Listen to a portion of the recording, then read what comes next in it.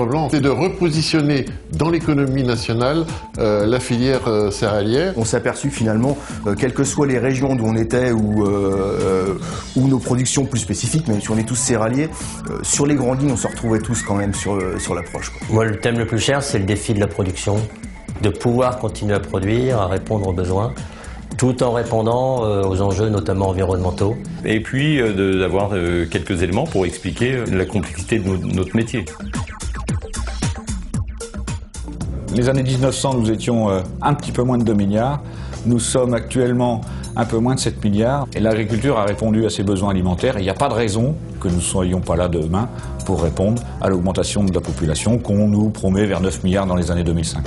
Le mode de consommation d'alimentation de ces 9 milliards d'habitants qui vont consommer plus de viande, donc plus de céréales, fait qu'il y a une demande très importante. Pour moi, le chiffre clé, c'est évidemment 650 millions de tonnes d'augmentation de production céréalière mondiale pour 2030, c'est-à-dire plus 30% par rapport à aujourd'hui.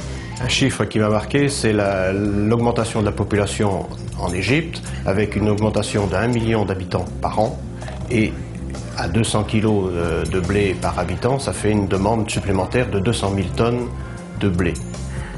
On a un marché qui est très segmenté, oui, et de plus en plus segmenté, avec des exigences bien particulières.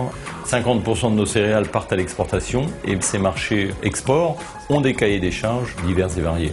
Aujourd'hui, on a le marché, il va être en expansion. Maintenant, on sait qu'il va y avoir des variations énormes, et donc il nous faut construire des outils nouveaux de protection. On a des chiffres d'affaires qui vont aller sur nos entreprises du simple au double. Et ça peut durer ça pendant 2-3 ans.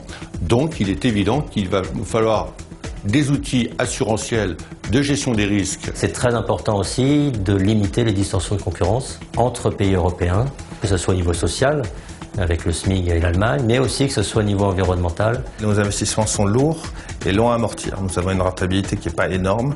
Et donc le changement de réglementation, l'instabilité sur la réglementation et la législation fragilise encore plus nos exploitations. Les axes importants, c'est de fournir à l'ensemble de nos filières donc les céréales suffisantes pour pouvoir travailler. Ça, je crois que c'est quelque chose d'important. Mais il ne faut pas oublier, donc, alors moi j'appelle ça la croissance verte. Alors, je pense naturellement à tout ce qui est biocarburant, et puis trouver une véritable alternative à la pétrochimie, et je pense qu'on a déjà la chimie du végétal. Et puis là doit s'inscrire dans la croissance verte, naturellement, tout ce qui est diversification. Je pense naturellement donc aux unités de méthanisation, donc de la production de chaleur et d'électricité. On a fait le constat que les productions animales ont du mal à trouver des équilibres. On ne doit pas se désintéresser d'un de nos clients importants, puisque c'est 20% de notre production, grosso modo, qui est utilisée par les granivores. Et puis le deuxième point, c'est sur le plan agronomique, c'est-à-dire qu'une exploitation de polyculture-élevage va recycler ses effluents sur les cultures.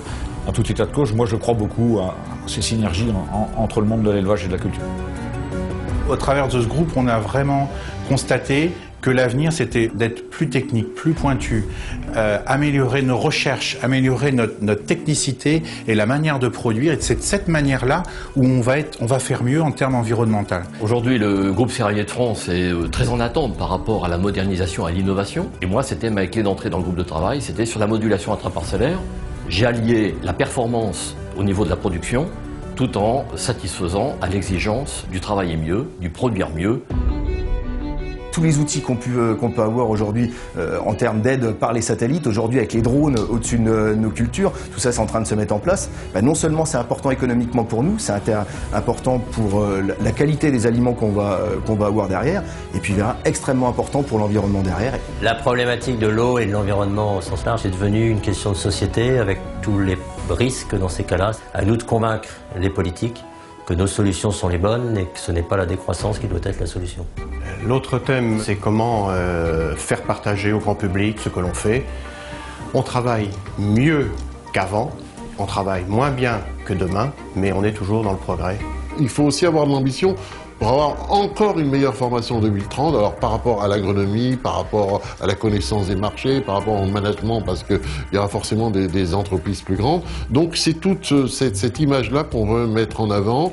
Nous avons des perspectives et si un peu de politique, de régulation, enfin voilà, tout ce qu'on a mis, et pas trop de réglementation, et beaucoup d'innovation, tout ce qu'on a mis dans le livre blanc finalement, on nous ouvre un petit peu les portes, il n'y a pas de raison que demain on ne soit pas en capacité à relever ces défis.